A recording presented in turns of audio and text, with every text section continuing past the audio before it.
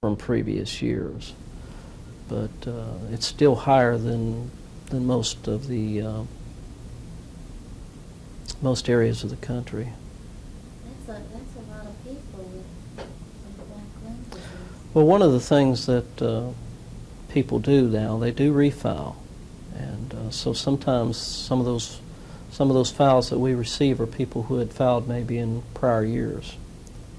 And so you can refile if your claim doesn't make it? Yes, yes. Do you need new evidence? Well, we generally, if it's been more than 1 year since their last decision was they received their last decision, we do send them out for new examinations if it's a living minor. Of course, if it's a survivor, we just try to develop any new evidence that the surviving widow, as the case may be, might have available. Now, how many of these people that apply will receive benefits? Right now, under the current and existing regulations, we are only seeing probably around 5% a year that we approve. Wow. That's pretty strict. Yes, it is. Currently, the regulations are, such that a person, really has to meet a lot of different criteria in order to establish total disability. Some may think that before that time they were too liberal. It's really in who interprets it. That's true. So, you said this number has dropped off some, that actually there used to be more people applying per month? Yeah, I think in coal mining in general in this country has, as far as the number of miners, have dropped. And so, as older miners, the mortality rate goes up each year, it seems, and there are less and less miners than what there were back in the 40s and 50s, and even parts of the 60s. And so we just don't see quite as many claims as we used to. I guess it's become more mechanized too, so not as many jobs. I mean, that's part of the reason. That's part of the reason. I'm sure that there are people in the industry and even in our program who feel like that the Federal Coal Mine Safety Act that they did develop in 1969 and improved along the way has enabled some miners to actually work a career in the coal industry and come out healthy. The dust pollutants that were once in the mines when they used the blasting and things like that aren't there as much. Machines have watering down systems. They use a lot of rock dust and things like that. I've never been a coal miner, so I'm not sure I know that much about it, but I do know that they have initiated a lot of safety protection that they didn't have back in the 40s and 30s. Mm-hmm. Yeah, I know I've talked to a bunch of miners who said they never ever wore masks, and I know that that's a widespread safety. And the watering down. But, well, do strip miners apply for black lung benefits, can they, or is it only deep miners? Because I wouldn't think that they would be as exposed to coal dust. Surface miners can apply. Coal truck drivers can apply. One of the things that is required is that the worker be involved in the actual producing of the coal. Once that coal is in the stream of commerce, then they're no longer considered a coal miner.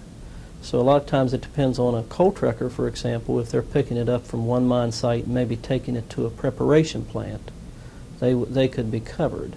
But then a railroad worker, for example, who picks it up after it's been processed to take it out to a power company would not be covered. So it has to be involved in the actual production and extraction of the coal. Surface mining, and in some cases construction workers who work in preparing a mine site would actually be covered. So, but not the processing of it anymore? Well, the processing of it would be covered. It's just a matter of once it is processed, once it's in its raw material, or once it's in the form that it would be, and that a customer would come and buy it for a power plant or a steel mill or whatever, then it's not a covered. Yeah, I guess you could have, then I could apply because I have a coal stove in my house. There are some that have applied or have tried to apply because they had maybe they hauled coal from a mine site and sold it to people in their homes and things like that. But once it's been picked up as a final product, it's no longer involved in the producing and extraction of the coal. So we cannot accept those people as being coal miners. So it's specifically a coal miners. Exactly. Is there a program? Is this a unique program just for coal miners, or are there other programs, say, for asbestos workers? Because I've heard that asbestosis and diseases like that. Is this the only program that the Cleveland has? Or do they have it? This is one of the only programs of its kind that awards disability benefits to private industry workers.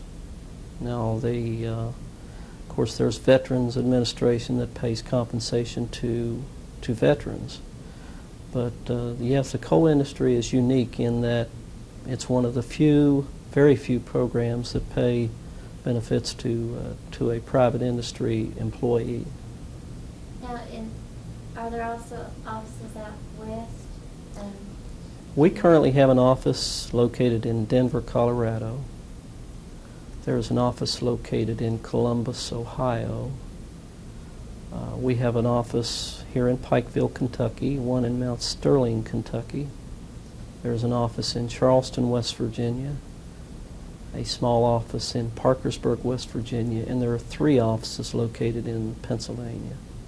So it's not just this type of coal that causes, I know that out west is supposedly cleaner coal, with this new, I guess, it has less sulfur. Low sulfur, yes.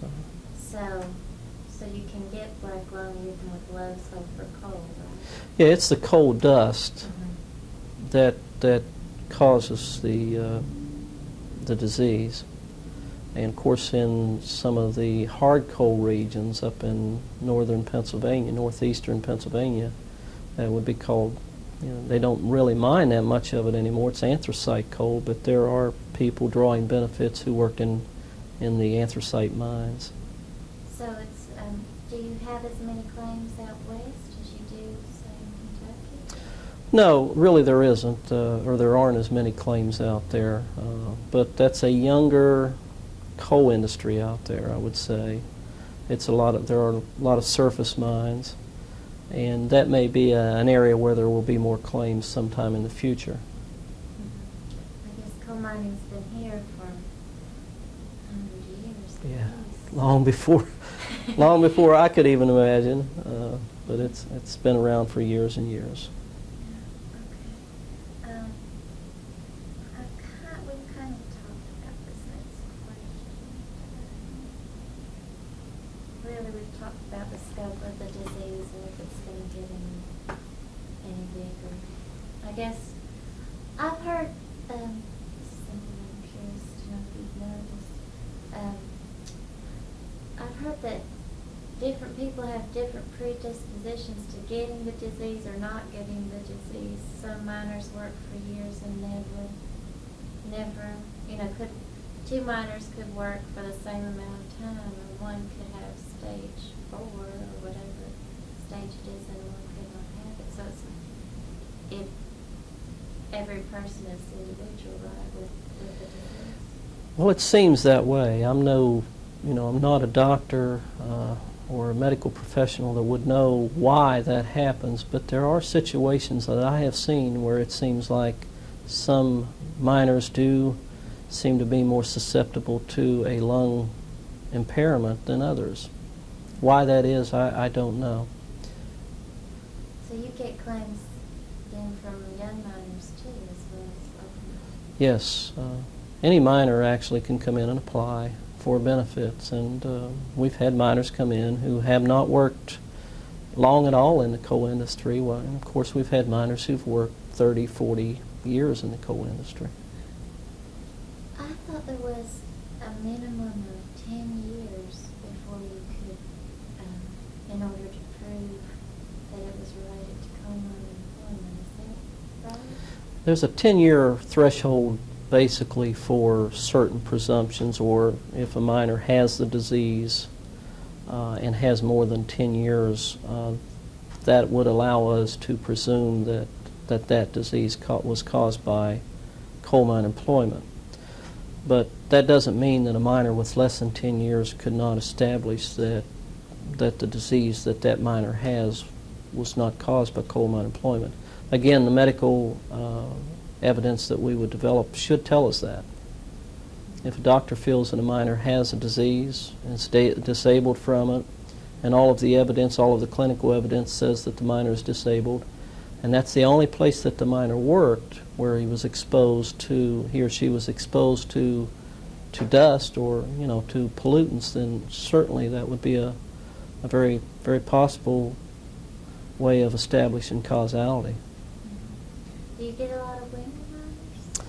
Not that many, I suppose. There are a few. I'm sure we have a few beneficiaries who are receiving benefits that worked in the mines, but I think there are more women coal miners now than there ever was. But we don't really see a great many claims from women miners.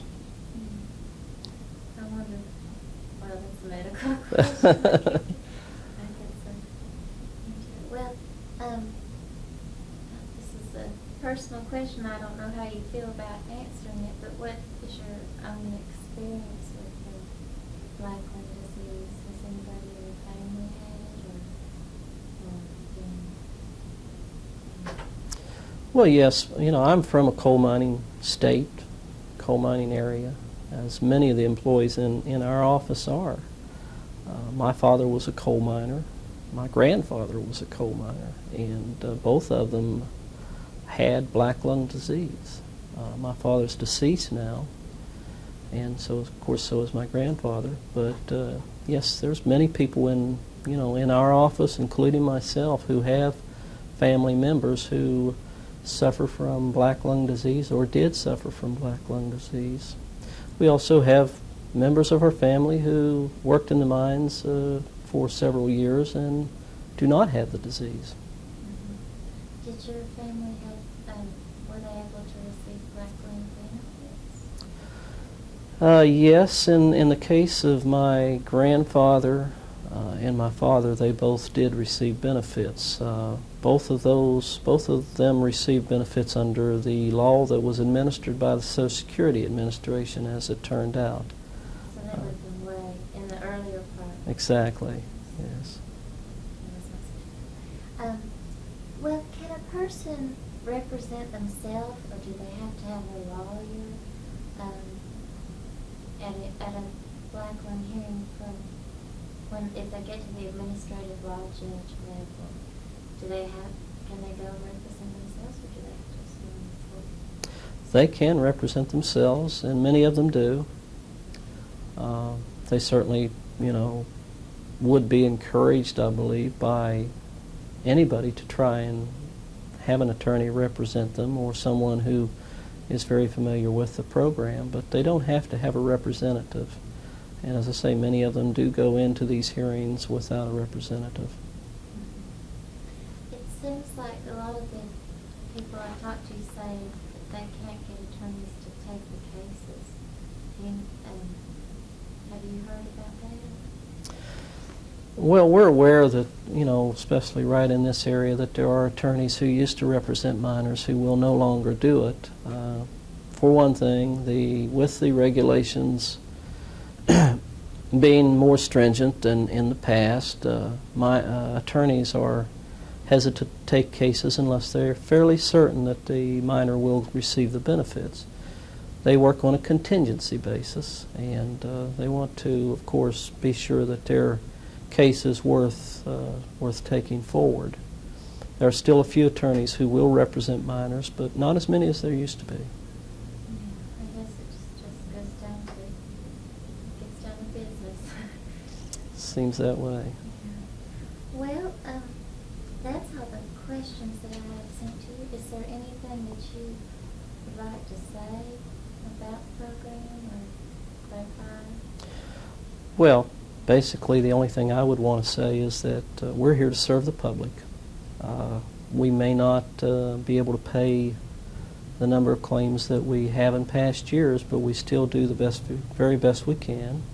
We serve a lot of minors, maintain a lot of claims here in our office that are receiving benefits.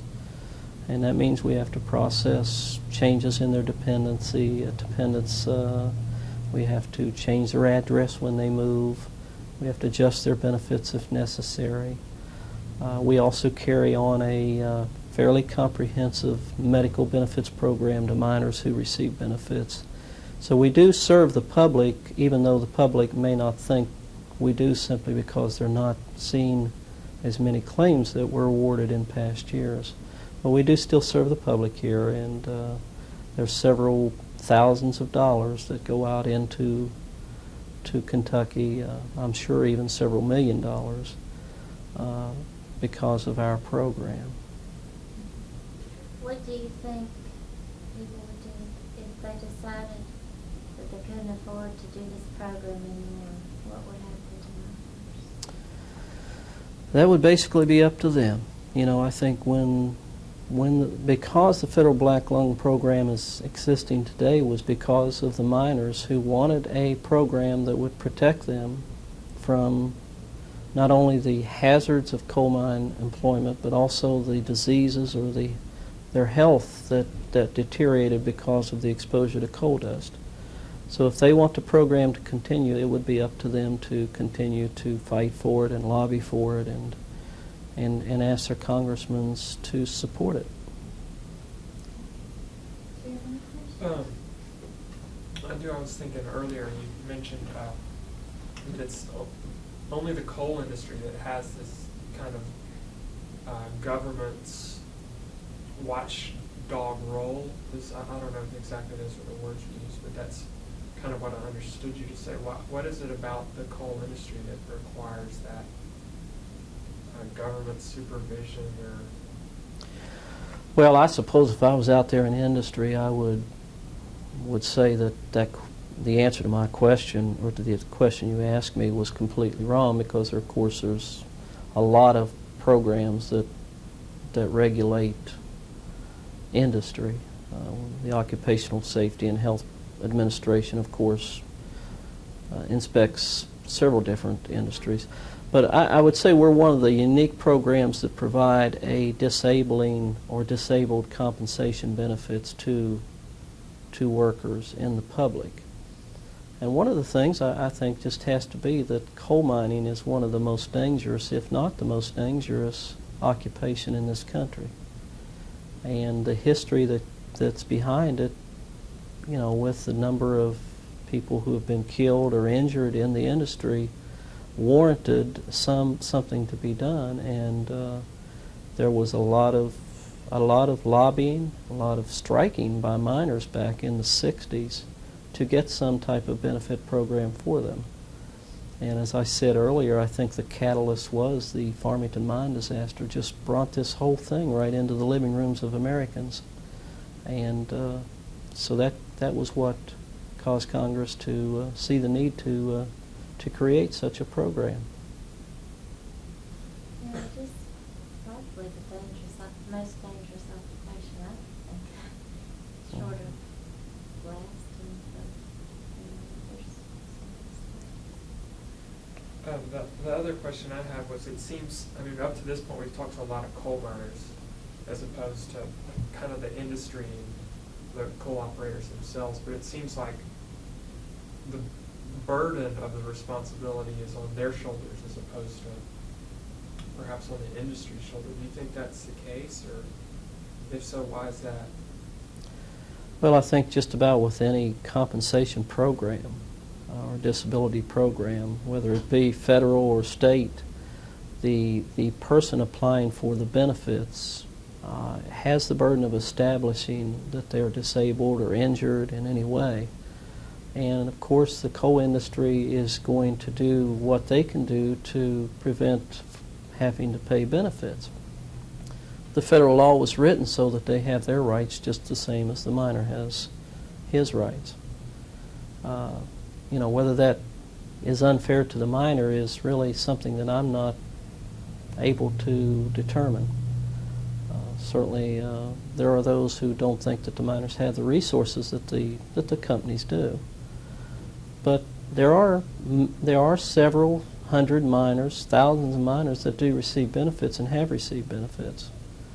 And if they are indeed truly disabled from black lung disease, as the law is written today, they should receive the benefits. It just seems like 5% that apply, perhaps they don't all have them, but even so, 5% is such a meager number for these people who have this illness from their work in the mines. It's not easy to get benefits. I think anybody who is familiar with the law today understands that.